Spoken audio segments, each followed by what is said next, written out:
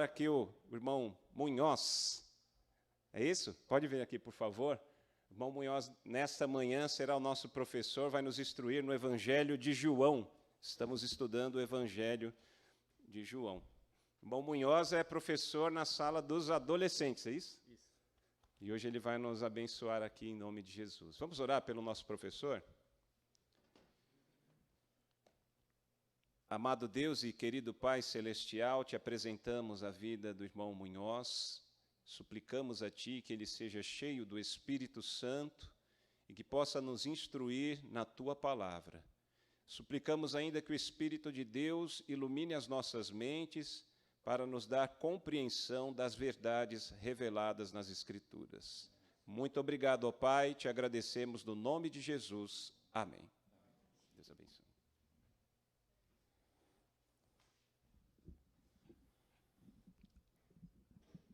Muito bom dia, paz do Senhor seja com todos os irmãos.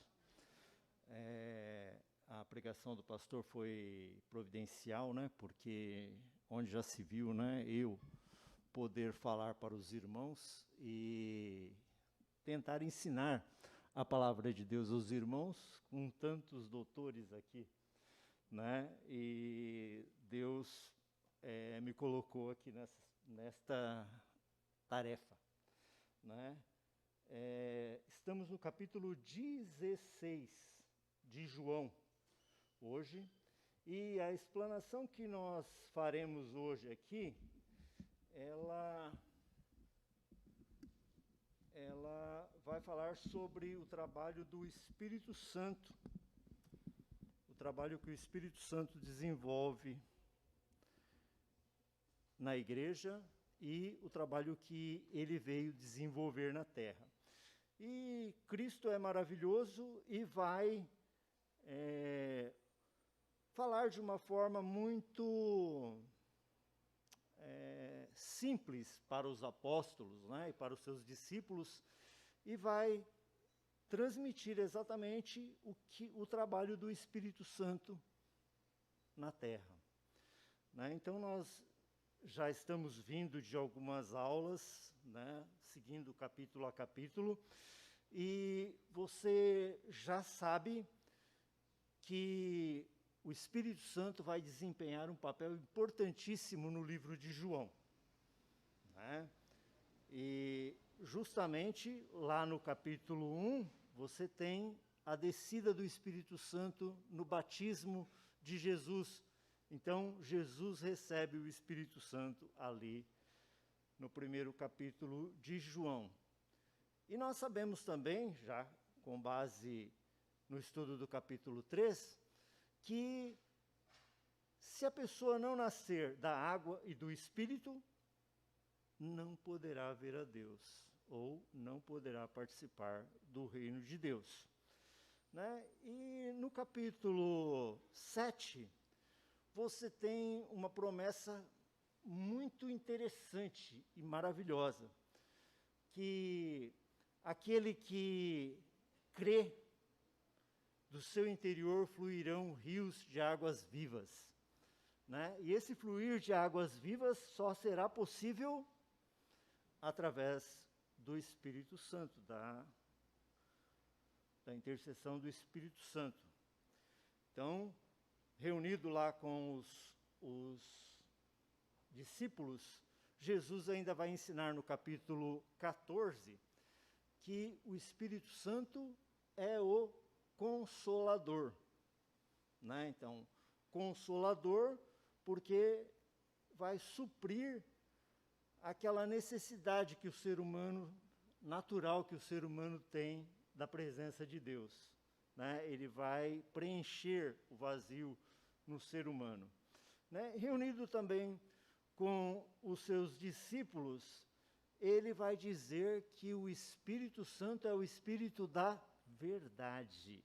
Também está no capítulo 14. Eu vou ter que tirar porque o óculos está... A máscara e o óculos é uma briga constante, né? Então, o Espírito Santo, o Espírito da verdade, o Espírito Consolador, né? E tem uma missão importantíssima, que é dar conhecimento, ensinar para os discípulos. Então, vocês sabem que se tudo que Cristo fez fosse ser escrito em uma Bíblia, a gente não ia conseguir carregar, né? Mas o Espírito Santo, ele vai preencher, dando conhecimento e dando entendimento para nós, né? E ele dá testemunho também a respeito de Jesus, tá? E no capítulo 16, que estamos chegando agora, nós temos a missão do Espírito Santo, que é glorificar a Jesus, principal missão do Espírito Santo, né? E depois dar conforto para os apóstolos e trazer a sabedoria. Então, por gentileza, vamos abrir as Bíblias em João 16 e vamos passar a leitura. Então, nós começamos no versículo 5. E começa com a fala de Jesus.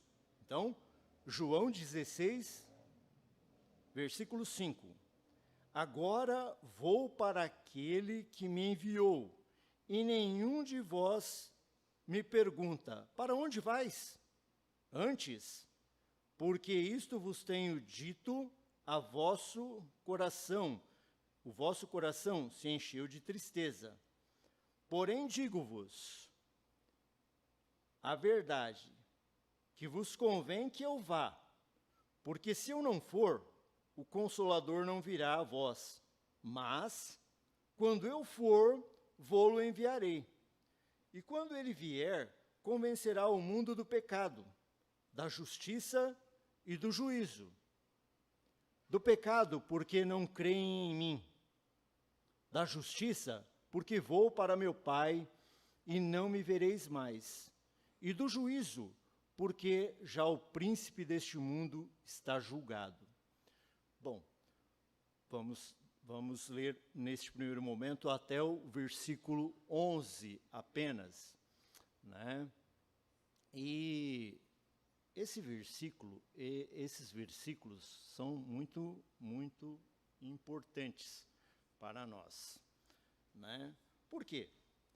Porque Jesus está falando sobre a sua partida, a sua ida para junto de Deus, e essa ida para junto de Deus vai fazer com que os discípulos fiquem um pouco atormentados, né? Sem compreender muito bem.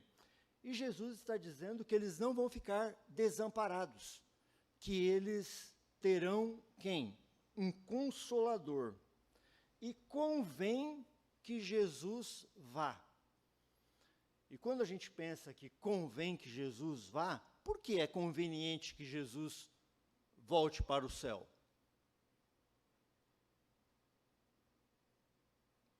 É conveniente que Jesus volte para o céu. Por quê?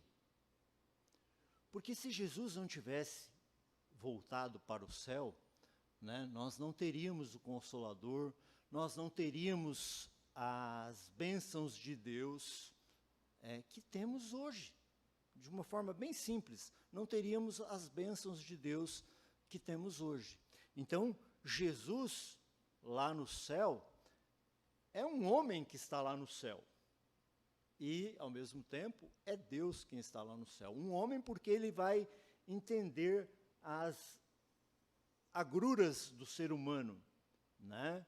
E, por ser Deus, vai poder compreender a cada um de nós e assim ser o nosso sumo sacerdote e também ser o nosso advogado lá junto ao Pai, né? Mas esses tópicos ficam um pouquinho mais para frente. No versículo 8, ele fala que o Espírito convencerá o mundo do pecado, né? E eu pergunto para vocês, qual é o maior pecado? Tem um pecado que se fosse o maior?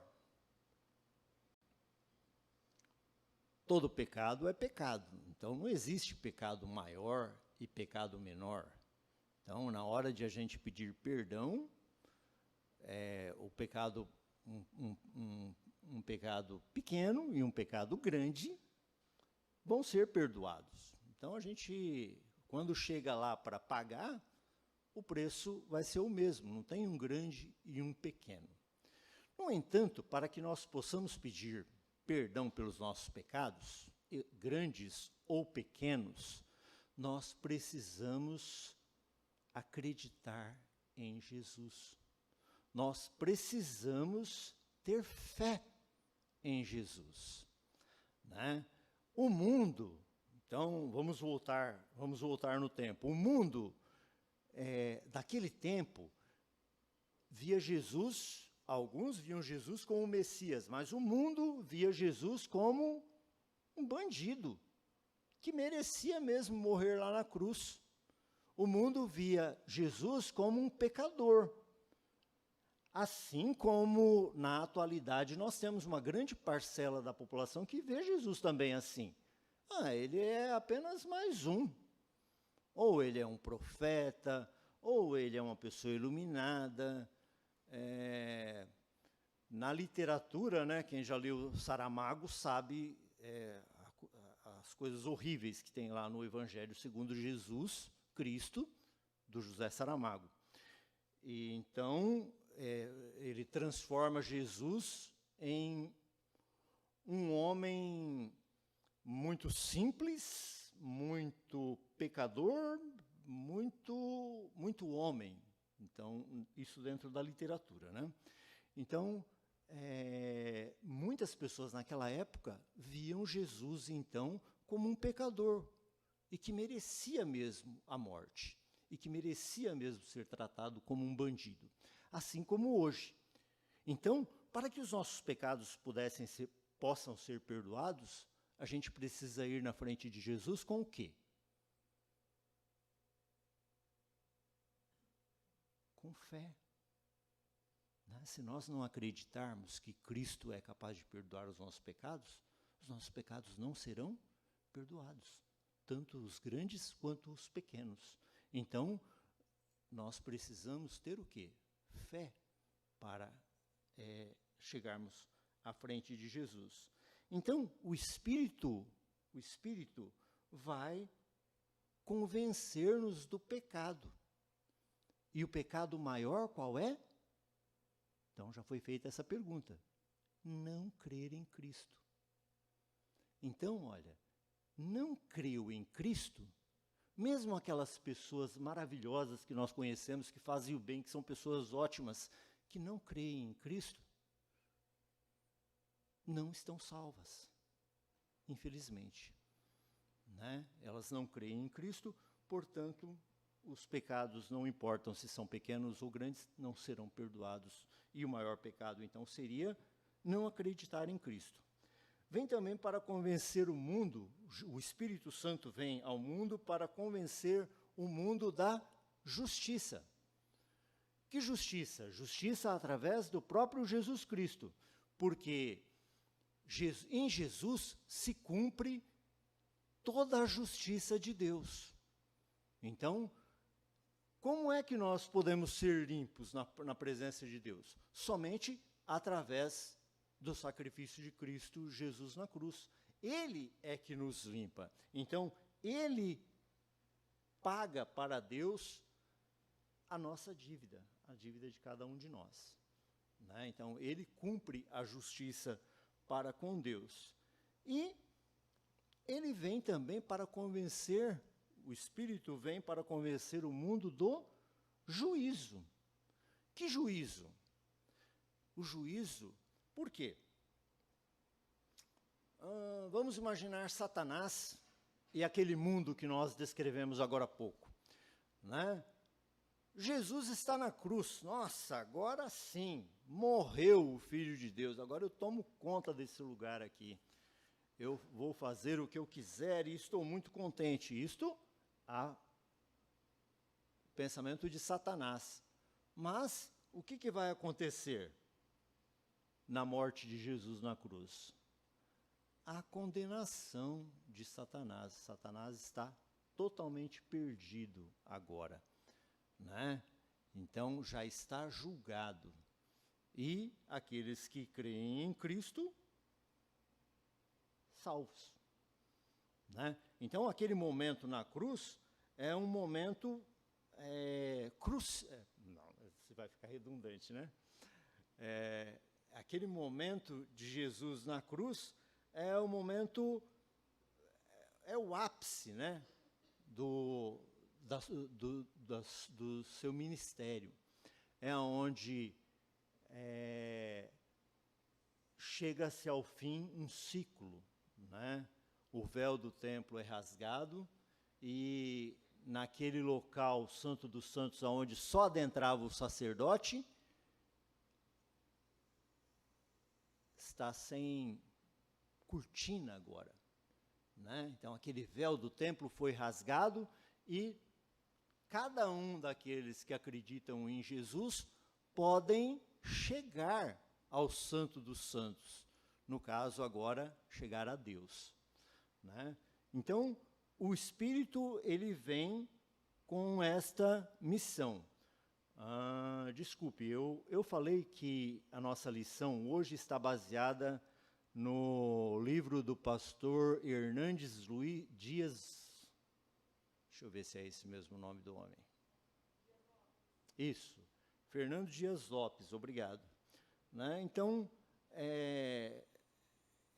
esse discurso, ele aborda alguns aspectos. Lógico, tudo isso que nós estamos falando aqui são assuntos assim que praticamente não se esgotam, né? Então, são assuntos extremamente proveitosos, né? Vamos deixar assim, né? Então, agora nós chegamos, vamos fazer a leitura dos versículos de 12 ao 16.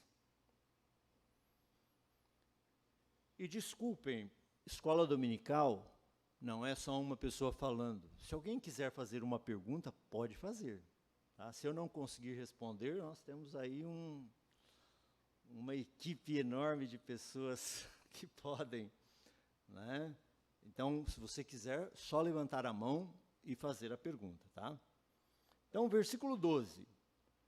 Ainda tenho muito que vos dizer, mas vós não podeis suportar agora. Jesus falando.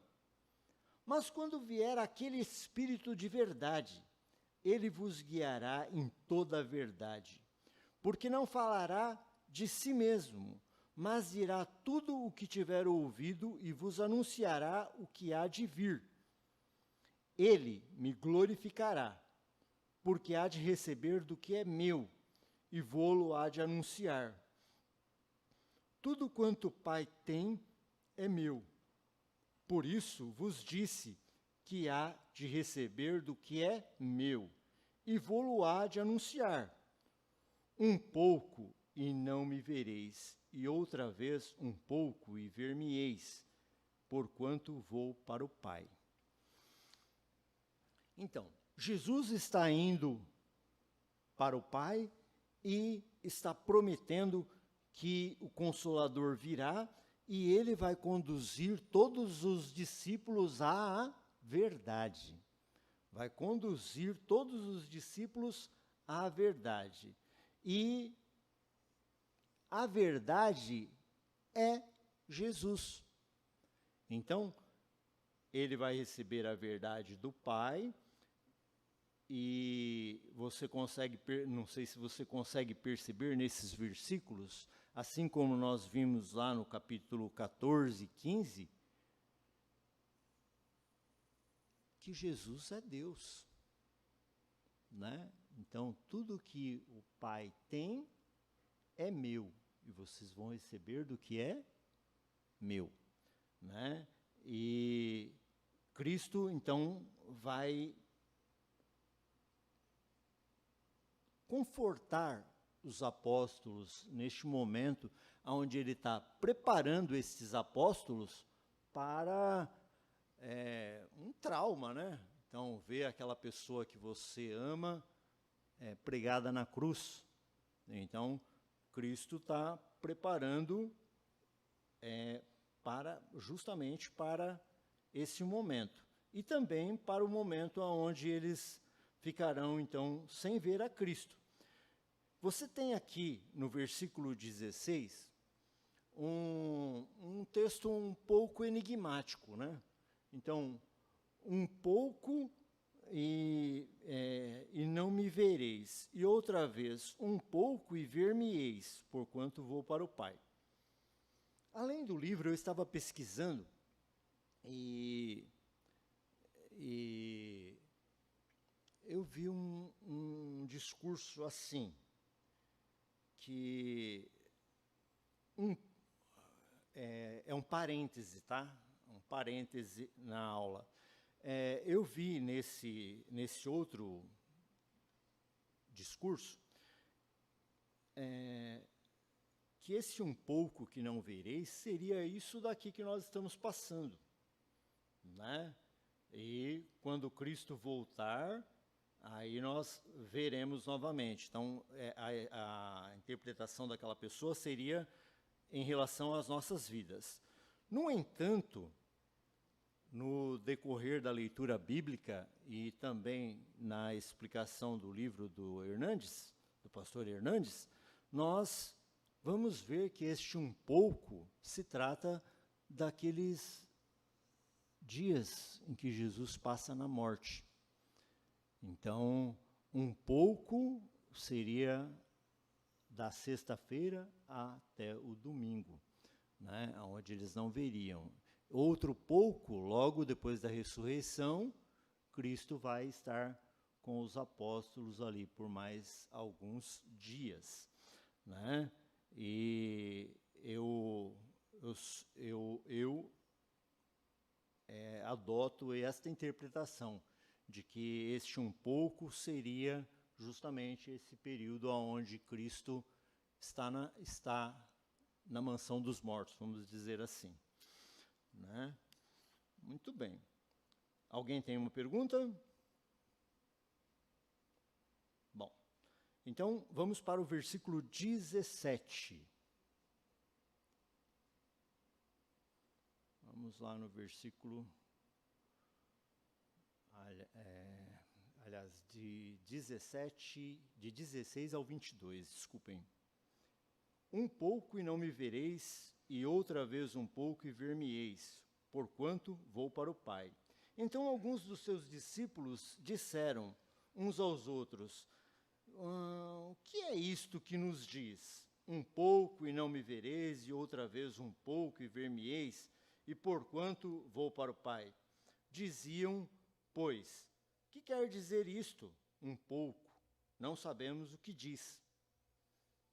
Então, conheceu, pois, Jesus que o queriam interrogar, e disse-lhes, indagais entre vós acerca disto que vos disse. Um pouco e não me vereis, e outra vez um pouco e ver-me-eis. Na verdade, vos digo que vós chorareis e vos lamentareis, e o mundo se alegrará, e vos entristecerei, e vós estareis tristes, mas a vossa tristeza se converterá em alegria. A mulher, quando está para dar à luz, sente tristeza, porque é chegada a sua hora. Mas depois de ter dado à luz à criança, já não se lembra da aflição pelo prazer de haver nascido um homem no mundo. Assim também vós, agora, na verdade, tendes tristeza, mas outra vez vos verei. Então o vosso coração se alegrará, e a vossa alegria ninguém vô-la tirará. Então, Nesses versículos, Jesus está comparando o seu martírio, o seu sofrimento, a esta mulher que está para dar à luz. Então, muita tensão, muito sofrimento, mas a mulher, logo depois que o bebê nasce, ela esquece da dor, né? Dizem, né, que ela esquece da dor, e pela alegria de poder segurar o bebezinho, né? E porque o bebezinho é maravilhoso, é a obra de Deus, né? Então, quem já teve filhos aqui sabe, né, que quando o nenê da gente nasce, é uma coisa fantástica, né? A gente fica impressionado como Deus é maravilhoso, né? Olha, formou tudo direitinho, né? Tá perfeito, e a gente vê a presença de Deus e realmente fica muito, muito alegre. E o sofrimento de Cristo está sendo comparado a isto. Então, Cristo vai morrer na cruz, muita dor, muito sofrimento, mas a alegria que virá depois é fantástica, vai superar esta dor. E esta alegria supera a dor para quem? Para nós. Né? Então, pela morte de Cristo na cruz, quantas bênçãos nós recebemos, né? Recebemos tantas bênçãos que seria difícil contar tantas bênçãos recebidas através da morte de Cristo. Então, Cristo morre na cruz, passa por todo aquele tormento, mas o que vem depois é a salvação. Aí você pode falar assim, mas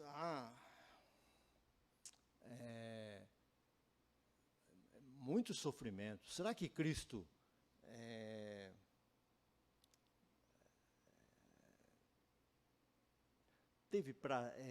quis aquele sofrimento? O que vocês acham? Eu acho que você falou, acho que você pensou não, né? Cristo não quis aquele sofrimento. Eu também acho que ele não queria o sofrimento, não, senão ele ia falar, Pai, se for possível, passa de mim esse cálice, né? Mas ele se doou para passar por aquilo, né? Por quê? Vamos pensar, nós vamos receber o Espírito, mas Cristo está voltando para onde? Cristo está voltando para Deus, né? Então, sai desse plano e volta para Deus. Então, convém que eu vá, lembra lá do início? É conveniente que eu vá para o Pai, porque é bom para mim e também vai ser bom para vocês. Né? Então, para os discípulos. Muito bem. Nós somos, então, vamos dizer assim, os agraciados por Cristo. Né? Então, Cristo passa pelo sofrimento, mas nós recebemos os lucros, nós recebemos as vantagens. Né? E Cristo voltou para o que já era dele. Né? Então, uma demonstração clara de amor. Então, alguma pergunta neste ponto?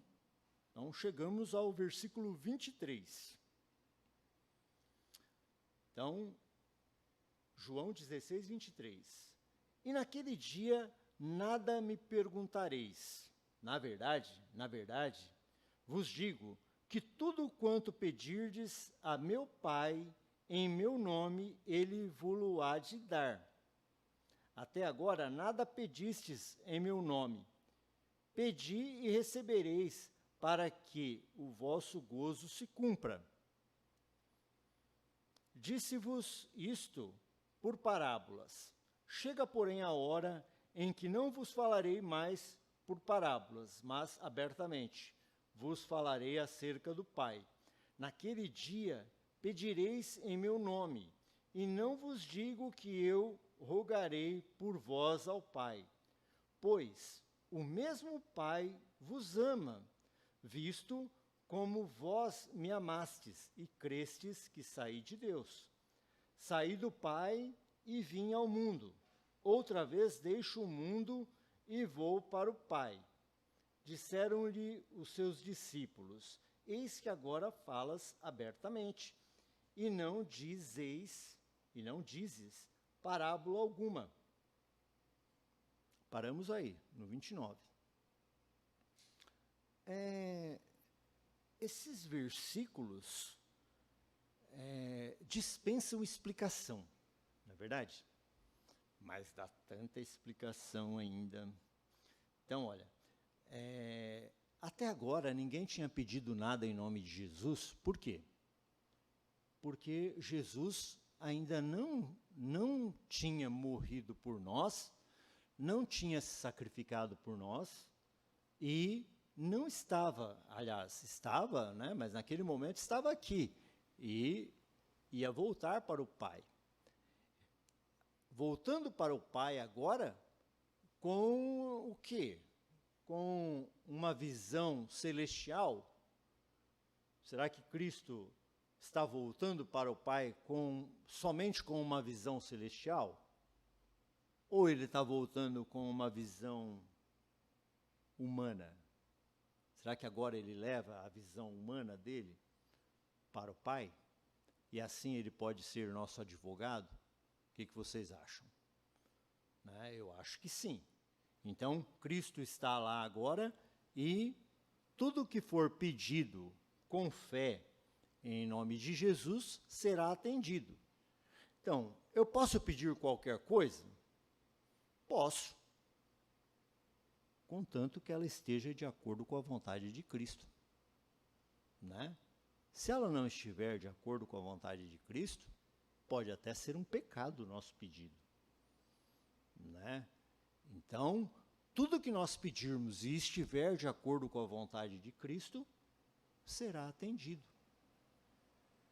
Em um momento ou em outro. Às vezes não acontece no momento que nós estamos pedindo e nem próximo dele, mas acontece. Né? Então, muitas coisas na minha vida eu tenho observado assim. Naquele momento que eu estou pedindo, é só pedido. E depois até a gente para de pedir, desanima, esquece, e de repente está acontecendo aquele pedido que foi feito lá anteriormente, né? Quando ele está de acordo com a vontade de Deus. Né? Então, até agora ninguém podia pedir em nome de Jesus, mas agora pode pedir em nome de Jesus. E um muito interessante nesse versículo é o seguinte: Jesus está falando assim, eu não estou falando para vocês que eu vou rogar ao Pai por vocês, não. Está falando aqui. Foi isso que ele falou? Eu não vou rogar ao Pai por vocês. Por quê? Porque o próprio Pai vos ama e o próprio Pai está ouvindo vocês. Então, o que a gente aprende de oração, né, nesses versículos? Que o momento da oração é um momento ímpar. Por quê? Porque no momento da oração, você está na presença de Deus. Então, às vezes, nós não sabemos orar como se deve. E aí o Espírito, ele vai interceder por nós. A Bíblia fala com gemidos inexprimíveis e intercedendo por nós para que aquilo que nós estamos pedindo ou possa ser satisfeito, ou que Deus tenha misericórdia de nós, né? Então, o Espírito fará isso. No entanto, o Pai está nos ouvindo. Então, o momento da oração é um momento onde nós estamos na presença de Deus. Então, o momento da oração, então, não é só para pedir. É o momento de extrema reverência, aonde Deus está nos ouvindo, onde Deus está presente. Então, esse é um dos ensinamentos que nós temos nestes versículos. Aí Cristo vai falando que ele agora não está falando por parábolas. Está falando que eu vim do Pai e estou voltando para o Pai. Tá? Eu vim do Pai e agora estou voltando para o Pai. E estou falando isso abertamente para vocês, aqui no versículo 25. Aí ele fala que pedireis em meu nome, vos digo que não rogarei por vós, porque o próprio Pai está lá e está ouvindo.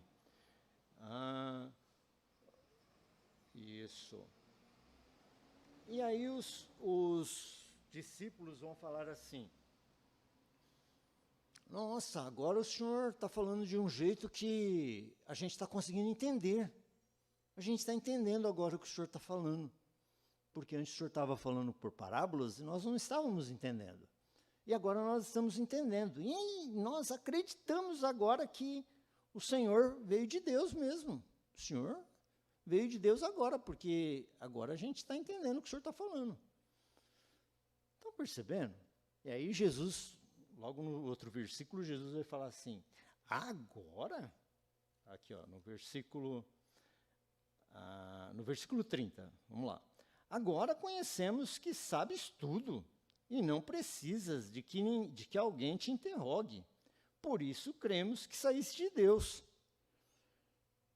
Aí Jesus vai ficar meio indignado. Agora vocês estão crendo que eu vim de Deus?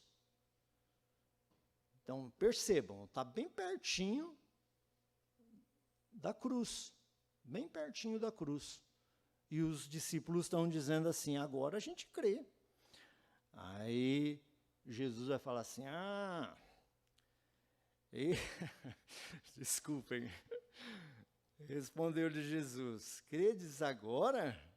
Eis que chegará a hora, e já se aproxima, em que vós sereis dispersos, cada um para a sua parte, e me deixareis só.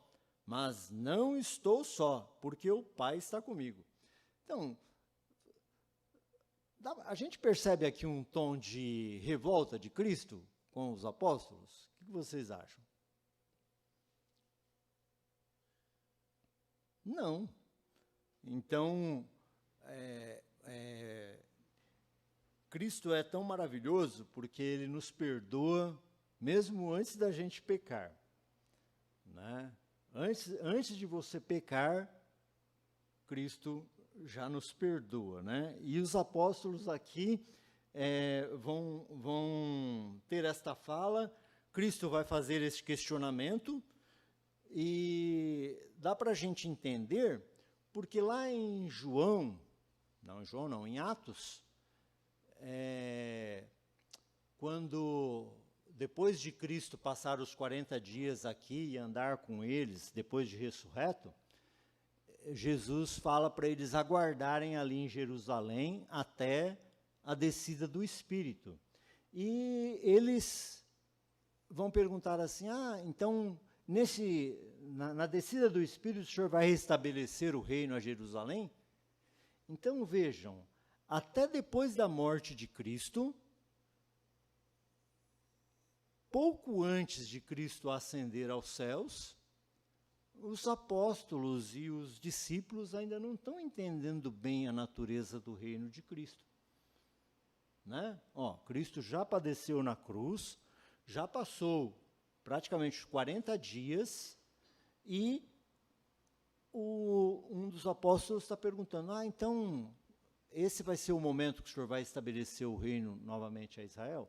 Então, até esse momento não estavam entendendo ainda a natureza do reino de Deus. Né?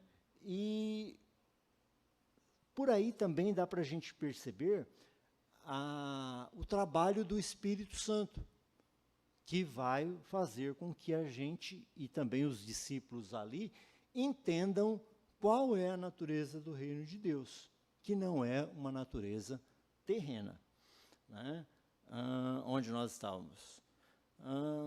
Aí ele vem aqui, eis que é chegada a hora e já se aproxima em que vós sereis dispersos, cada um para a sua parte, e me deixareis só, mas não estou só, porque o Pai está comigo. Por que eu perguntei? Parece que Jesus está com um tom de revolta aqui. Não, não está. Né? Então, Jesus, durante todos esses 13, 14, 15, ele dá o tom de conforto para os apóstolos, está confortando. Então, mesmo vocês sendo fracos e sendo dispersos para longe de mim, me deixando sozinho, fique tranquilo, eu não estou só, o Pai estará comigo. Né? Então, mais uma tentativa de acalmar os apóstolos. Né? Então, lembra do choro de Pedro, porque negou a Cristo? Então, nesta dispersão, e trazendo aqui para os nossos dias, quantas vezes, né, a gente acaba não negando a Cristo? Olha aqui os apóstolos e os discípulos, todo mundo se dispersando, cada um para um lado. É muito diferente da situação de Pedro? Não é muito diferente. Né? Tenho-vos dito isto para que em mim tenhais o quê? Paz. No mundo tereis aflições, mas tende bom ânimo, eu venci o mundo. Então, como que Cristo está confortando os discípulos? Agora você tem acesso direto ao Pai. Quando eu for, você pode falar diretamente ao Pai, e Ele vai ouvir você. Está dizendo aqui, tenha bom ânimo. Vai ter perseguição? Vai ter sofrimento? Vai. Então, lembra que o pastor falou hoje mesmo, né? Hoje não. Falou hoje mesmo que eu vi o vídeo hoje. Então, que são tantos problemas, né? As pessoas chegam para o pastor e falam, não aguento mais. São problemas conjugais, são problemas no trabalho, são problemas de convivência, são problemas de caráter, de moral, e a pessoa não aguenta mais. Então, Cristo está falando, vai ter sim o quê? Aflições. Mas é para quê? Para a gente ter bom ânimo, para os discípulos terem bom ânimo, porque eu venci o mundo. Então, Cristo venceu o mundo. Tá? E Ele nos dá o quê? O exemplo também para vencermos o mundo. Então, muitas vezes nós deixamos, né, o mundo nos vencer. Mas Cristo nos dá o exemplo de como vencer o mundo. E estamos chegando bem no finalzinho.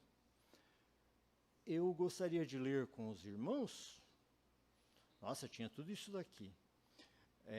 Vamos ler 1 João 5, 4 e 5. 1 João...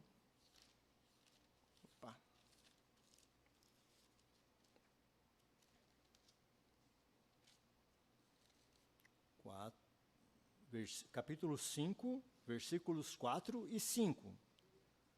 Porque todo o que é nascido de Deus vence o mundo.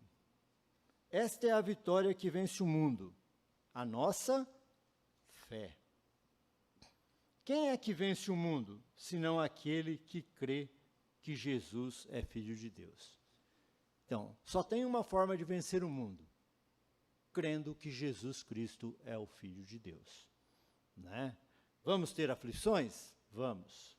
Vamos continuar sendo pecadores? Vamos. Né?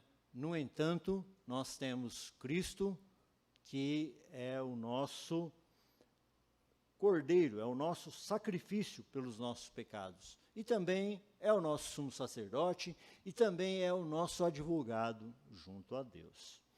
Bom, esse é uma humilde explicação do capítulo 16 de João. Né? Eu agradeço a atenção de todos vocês.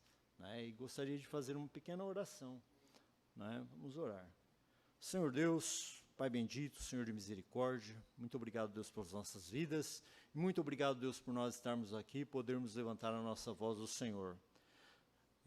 Diante da nossa fraqueza, diante da nossa pobreza, pedimos que o Senhor supra, ó Deus, o entendimento dos irmãos e o nosso, para que possamos, ó Deus, agradar ao Senhor com as nossas vidas.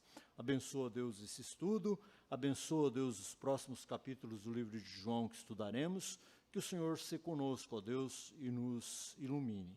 Pedimos tudo e agradecemos em nome de Jesus. Amém, Senhor. Muito obrigado a todos.